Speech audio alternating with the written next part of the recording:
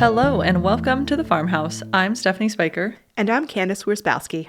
Recently, I got the chance to talk to Jennie Schmidt of Schmidt Farms, which is a grain and grape operation along the eastern shore of Maryland.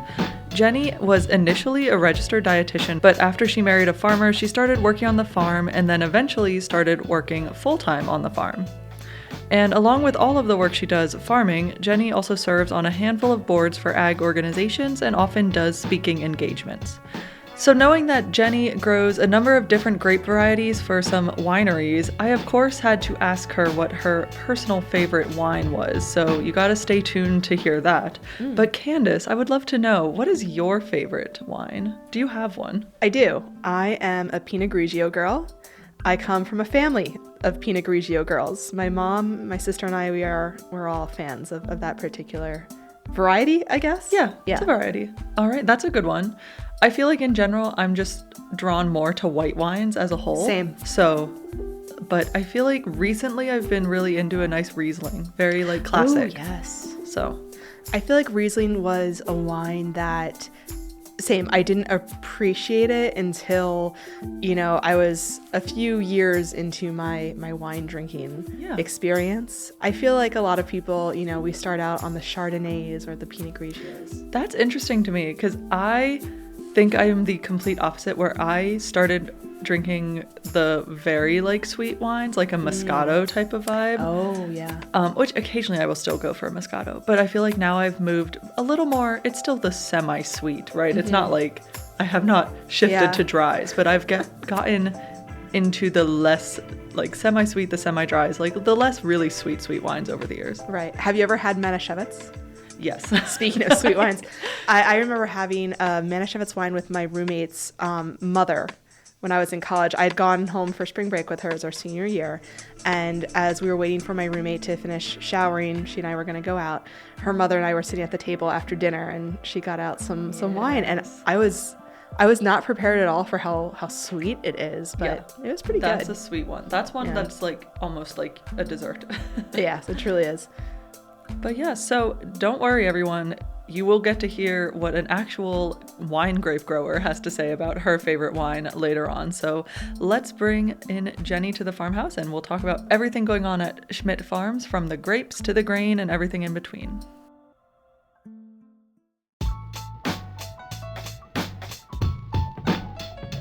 Jennie, welcome to the farmhouse. Thank you so much for joining me.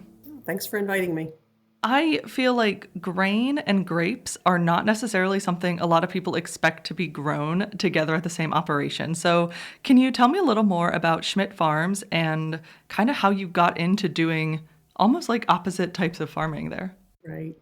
So Schmidt Farms, we're on the eastern shore of Maryland, sort of halfway between, well, really the closest city would be Dover, Delaware. We're in Maryland, but we're closest to Dover, Delaware.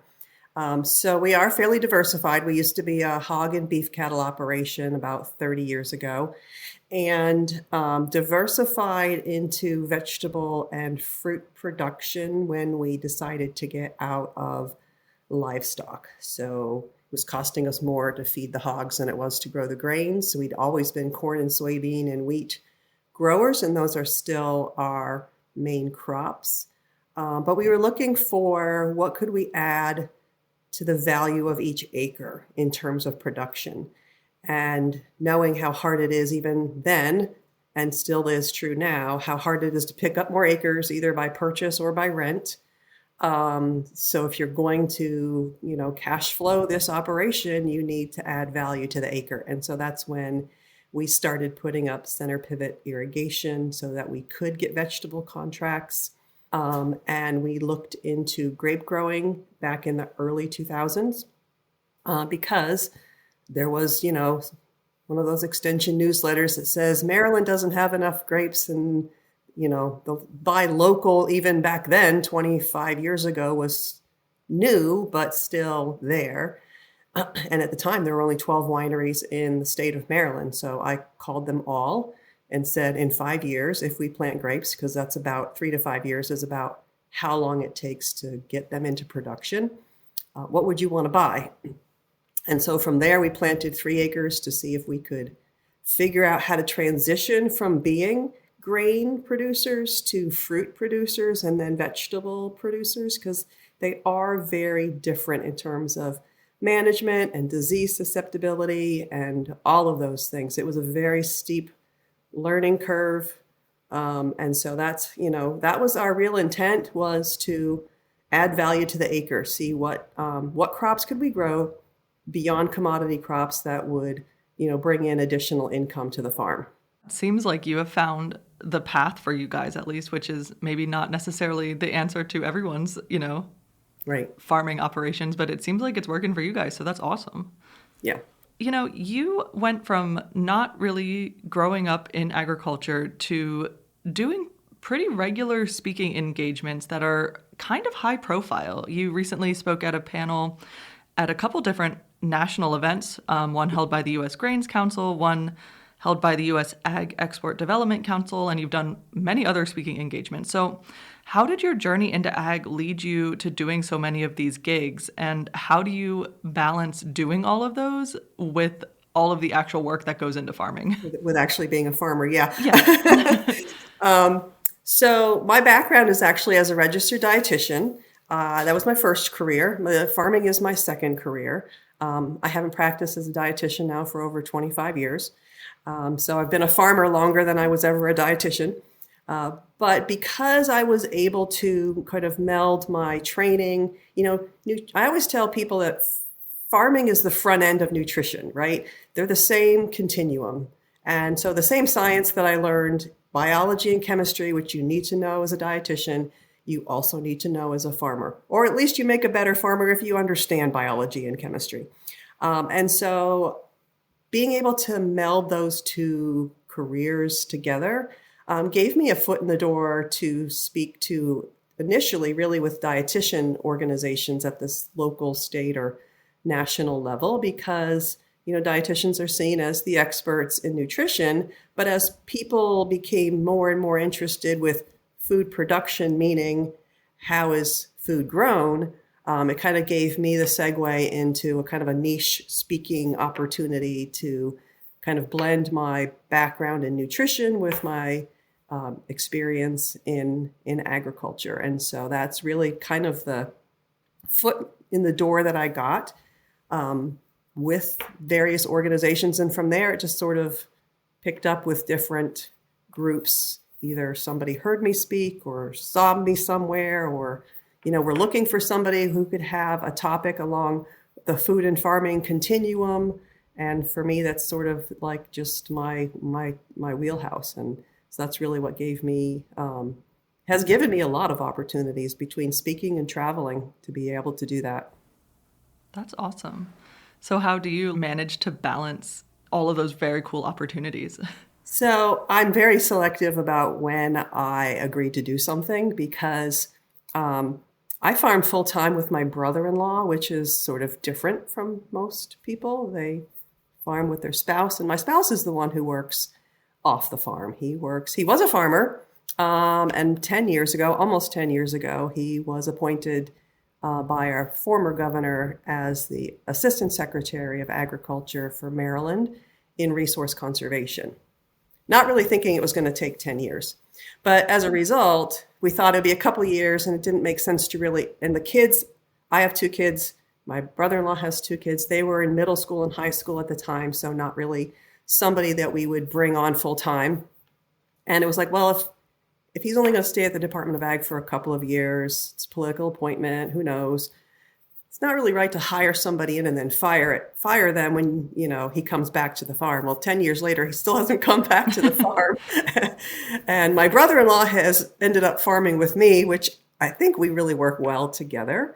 But since then, I have parameters over when I will say, like January through March, perfect, right? It's slow. I'm in the vineyard. I'm doing a lot of pruning, but I can fit things in. And then once we start planting season, April through July-ish, I say no. Or I say to my husband, you should really take some time off so I can go do this program, and you can cover for me. You can go back to the farm for a few days and cover for me while I go do whatever it is, wherever I'm going. But it pretty much is in the off season, wintertime and like middle of summer, which, isn't necessarily when conferences are being held. But I have been saying no more just because it's not fair to my brother-in-law for him to not have the help on the farm when he needs it. Now, we have added my nephew. One of my nephews is back on the farm full time. He's in his mid-20s.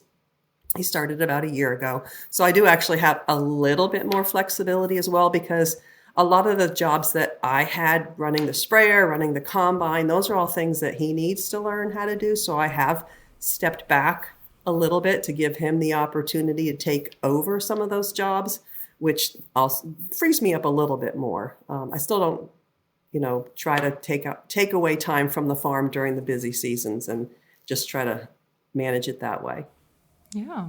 I mean, that's actually something that's come up before on the podcast, of kind of finding that almost power and ability to say no when it's just not going to work in your schedule. And sometimes it's almost like you gotta be, get good at saying no sometimes. So yes, you do. It takes practice. I always tell people I'm trying to join the Just Say No Club, and it's really hard. It is. So I saw that you participated fairly recently in a Hot Ones style interview for Maryland Ag Week, which, for those of you who don't know the show Hot Ones, it's a YouTube show where typically celebrities are asked questions while they're eating spicy chicken wings. So you did a style interview of Hot Ones, which I have to say, I have actually been dreaming for years of kind of doing something similar here at Lancaster Farming, so our readers and our listeners can get to know us better. So I watched your interview, and it really has reignited my dream to make this come to life. So that would be great. So let's talk a little bit about your interview with Maryland Ag Week. And you mentioned a couple times how farmers, and especially farmers close to the Chesapeake, really work to keep the soil healthy, both for, the benefit of your farm, but also for the benefit of the bay. So what are some conservation practices that you utilize on your farm? Yes, I had to Google Hot Ones because I had no idea what it was. So I had to look it up before. Yeah. Did you feel prepared going in? Well, I didn't think I had a very high hot tolerance, and I couldn't feel my lips at the end of the program. But I did take a bite of every single wing that the chef presented to us, and it was a lot of fun. I will say, I thought you answered the questions very well for, struggling with spice. We do a lot of conservation on the farm, and that's one of the reasons why my husband was appointed to the position that he now has at the Maryland Department of Agriculture, because he oversees all of our resource conservation programs for the state of Maryland related to the Chesapeake Bay, water quality and soil health programs. So there's a Farm Journal magazine from 1965 that shows my father-in-law and his brother doing no-till farming back in the 60s. So we've been doing no-till for longer than I've been alive. And it's taken off more so, I would say, in the Bay region, 30-ish, 20-ish years ago.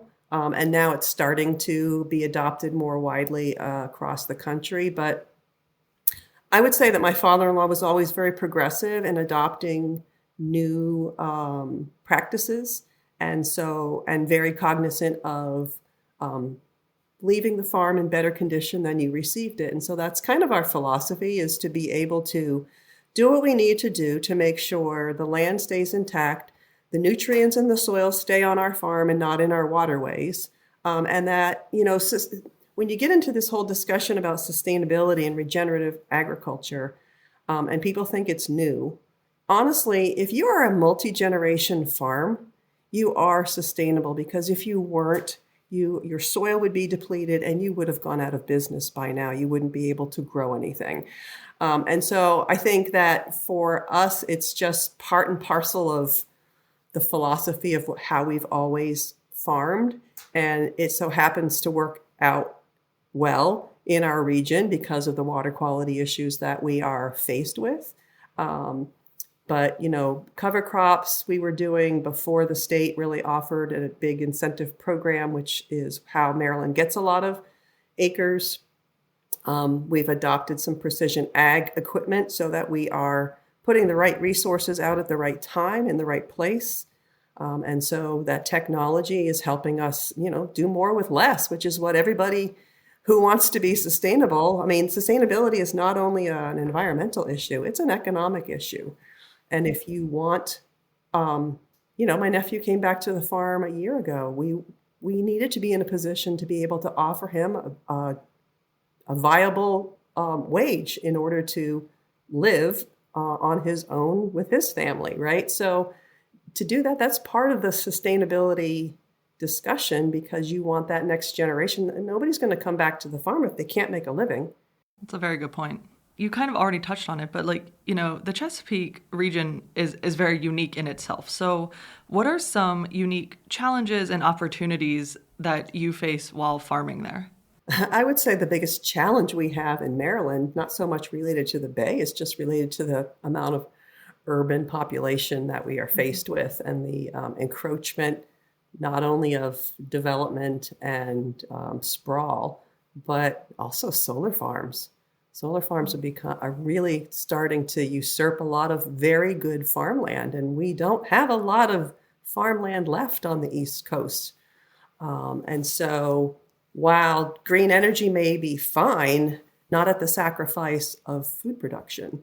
And so for us, I would say it's more regulatory wise, urban issues that, the folks that, I live on the Eastern Shore, so it's more rural. We don't have as many issues as on the Western Shore on the Baltimore, D.C. side of the Bay.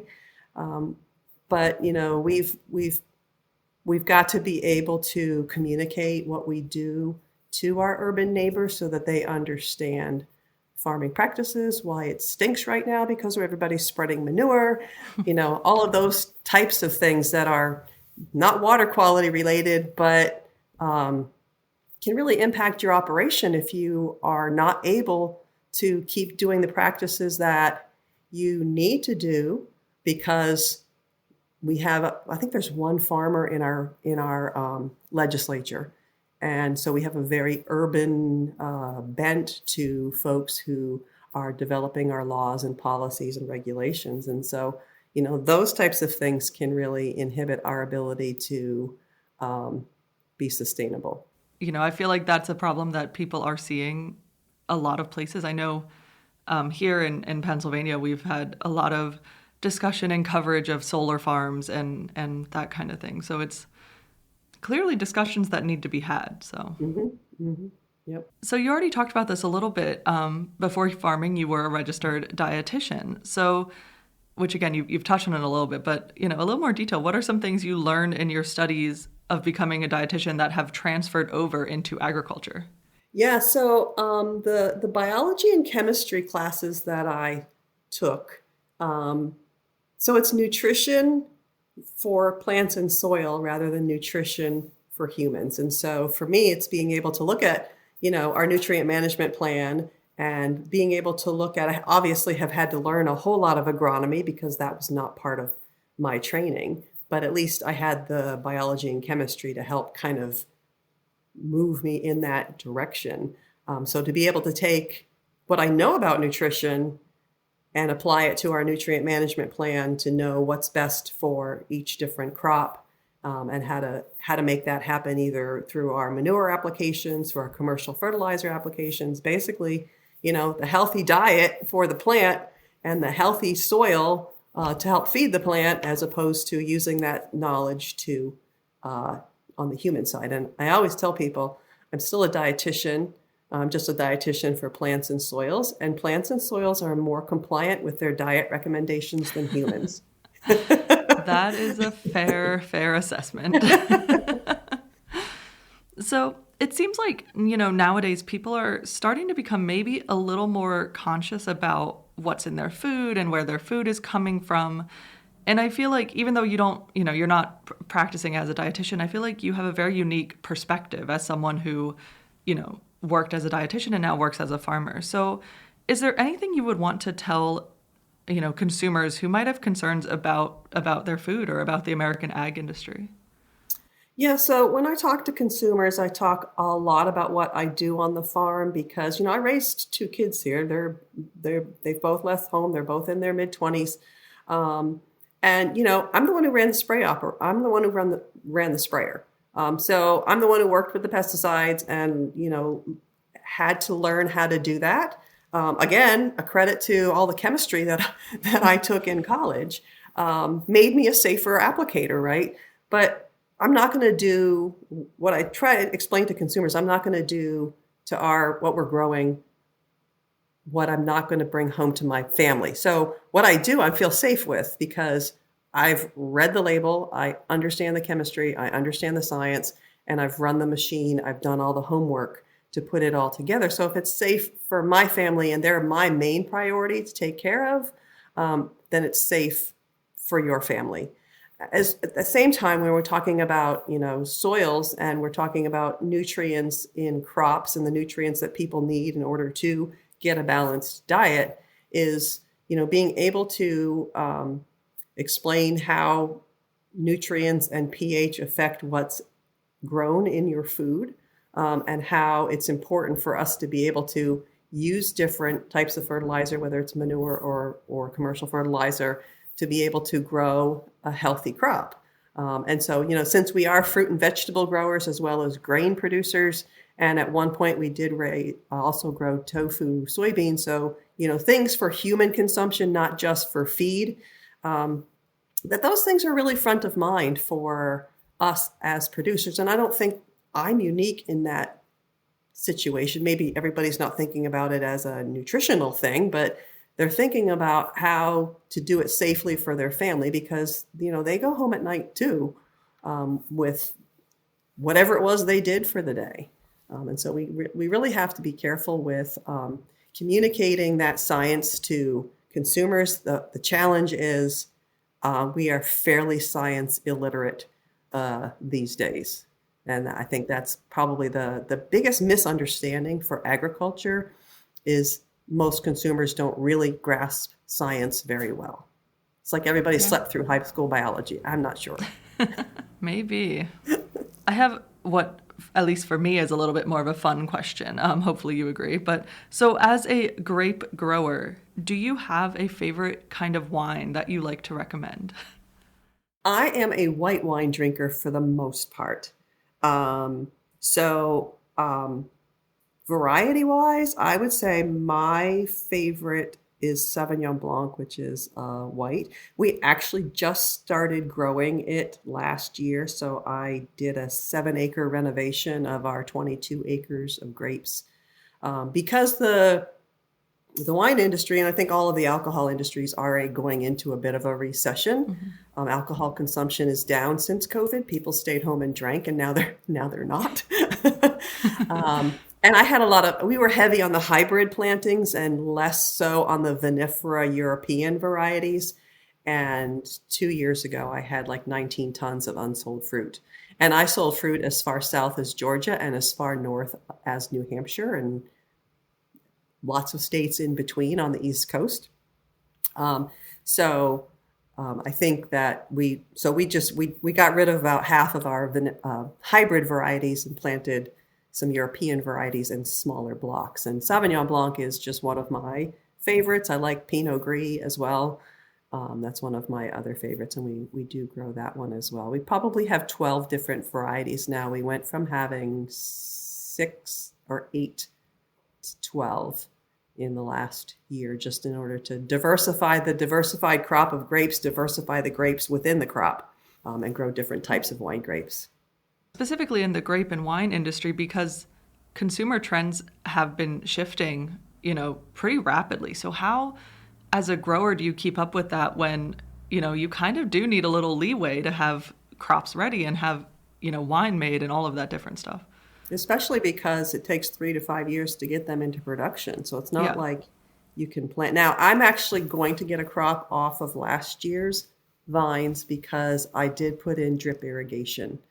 When we started growing grapes 20 plus years ago, we didn't need irrigation. And now the weather is so erratic And not only grapes are good with drought, but grapes are not good with heat index being so high. And so that's one of the things that has made a big difference for getting us into production, is having the opportunity to do drip irrigation. But, from what I've contacted we have 8 to 10 customers a year. I am in touch with them as far as what varieties they're looking for down the road, and try to kind of forecast that. But it is hard to, and most people don't go into a winery or liquor store and looking for something they've never heard of before. People aren't that adventurous. If they go for a tasting, they might be a little bit adventurous if somebody's walking them through, try this, try this, try this, and you're only drinking a half an ounce of it or whatever. But most people, if they're buying a bottle of wine, are going to go with what they've heard of or know, which is Merlot or Cabernet or Chardonnay or whatever grape name they are familiar with. And so I think just growing the established varieties is kind of the safest thing. It's just that you need to be able to have the right amount of tonnage to match what the winery is looking for in terms of their tank space at the end of the season. Sounds like a kind of difficult dance to perfect. Yeah, for sure. What does being a woman in ag mean to you? Oh gosh, I love farming. It's probably the best decision I ever made was to leave dietetics. I guess the best decision I ever made was to marry a farmer, because I don't know that I'd be a farmer otherwise. But to me, it's a passion, and I so enjoy working the land, working outside, sort of being my own boss. Yes, I work with my brother-in-law. It's technically, I married into the family farm, but to be your own boss in a way, and just to see that crop grow year in and year out. And I've never, and maybe it's just because of my personality, I'm a pretty independent-minded person, and I'm going to tell you what I think, and you're going to hear it whether you like it or not. I've never faced a challenge with any of our vendors saying, like our pesticide vendors, like they know, actually, I'm the one with the pesticide license. And when we started growing grapes, I launched a vineyard management company. So we planted grapes for other people in the counties around us, and I did custom spraying. So I had to have a commercial applicator's license in order to do spraying for hire. And I've never met a vendor who questioned me if I was looking for a certain chemical, or what I was doing out there running the sprayer. I've never had walking in for parts and explaining what I need. I may not be a mechanic, but I've never had a guy tell me that they didn't think I could do what I am doing. And I think part of that is just my personality, being a little stubborn-headed at times. When my father-in-law was alive and I first started, driving some of the bigger equipment, he never drove any of this equipment because of all the computers in it. So once he retired, and we, upgraded equipment, and it had iPads and monitors and all this other stuff in it, he really never. But he would drive by. He always did drive-bys, the fields that I was in, checking on me to see if I was doing things, correctly, even if he didn't know how to drive that piece of equipment. But, and I've had the support. My brother-in-law agreed to work with me, right? He didn't have to. He could have hired somebody who actually knew more about farming than me and knew how to operate all that equipment before I had to learn. He had to teach me, those things. So the fact that the men in my life have supported me through this whole thing has just, made me stronger. And I think for me, trying to be a mentor to, either girls that are in FFA or 4-H, or younger women who are, starting out in farming, because I've had several female mentors who have helped me grow in what I do and in my leadership roles. And I think that's just sort of the path of women helping other women, empower them to do whatever it is they want to do. I love that. And that's kind of a little bit of why we even started this podcast to begin with, was for, women to hear stories from other women who maybe are doing something similar to what they're doing or what they want to be doing. So Jennie, thank you so much for joining me at the farmhouse and talking to me about everything you do. I appreciate it. Sure, I'm glad to be here. I loved learning more about Jennie and Schmidt Farms. I'm always impressed at these farms that, they don't just do one thing. The diversification is amazing. One thing she said that really stood out to me was her comment that multi-generational farms are just inherently sustainable, whether they realize it or not, because if they weren't, they wouldn't be around. The ground wouldn't be fruitful if they weren't, using sustainable practices. And it makes me think of those centennial farms, the farms that have made it to 100 years of farming, and just all the practices that have gone on over the decades to keep that farm and the land that it's on in operation and farmable and everything that goes into it. And it's funny because I don't think the word sustainability was even in kind of the broader vocabulary 100 years ago, and yet these farmers were doing things that were sustainable practices. Yeah, that's a really good point. And I feel like, I guess I never really thought about how, right, like if a farm's been around for so long, it has to be doing something sustainable, because otherwise it wouldn't be here. And I think it's come up a few times on this podcast where, women will say, like, at the end of the day, farmers need their land to produce and to be fertile and to be usable years to come. So I think inherently farmers very actively think about what's going on with their farms and the conservation of soil and all of that, because if you don't have that, then you never will be able to pass your farm on to your kids or anything like that. Right. Their living is tied up in it. And it's kind of like along the same lines with, farmers inherently want to treat their livestock well, because a cow or a pig that is taken care of properly is going to yield, milk or meat. It's going to be a lot better than a cow or a pig that's, ill-treated. Exactly. And I think that's something that a lot of people could stand to hear, because you hear, unfortunately, a lot of ugly accusations being lobbed at the agricultural community, and just most of it, I think, is really unfounded. Yeah, I totally agree. Yeah. I'm pivoting a little. I also loved hearing Jennie say that she revels in her ability to say no, because that is something that we've covered on this podcast before, the freedom in, just saying no. So I'm glad she's part of the Just Say No Club. Yeah, I mean, and I feel like she really has to be, because she is farming full time, like in partnership with her brother-in-law. But,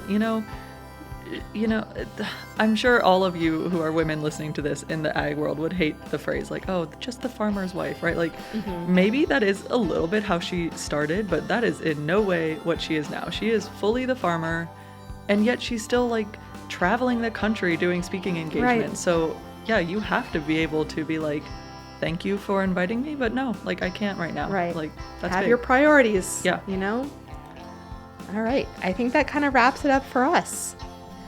Thank you all for listening. If you liked this episode, please consider subscribing if you haven't already done so. If you really like this episode, please consider leaving us a review. If you have any questions or thoughts about this episode or the podcast, you can email us at farmhouse@lancasterfarming.com. You can also find us on social media at Lancaster Farming on most platforms. Thank you again for listening and visiting us at the farmhouse. I'm Stephanie. And I'm Candace. And we'll talk to you later. Bye.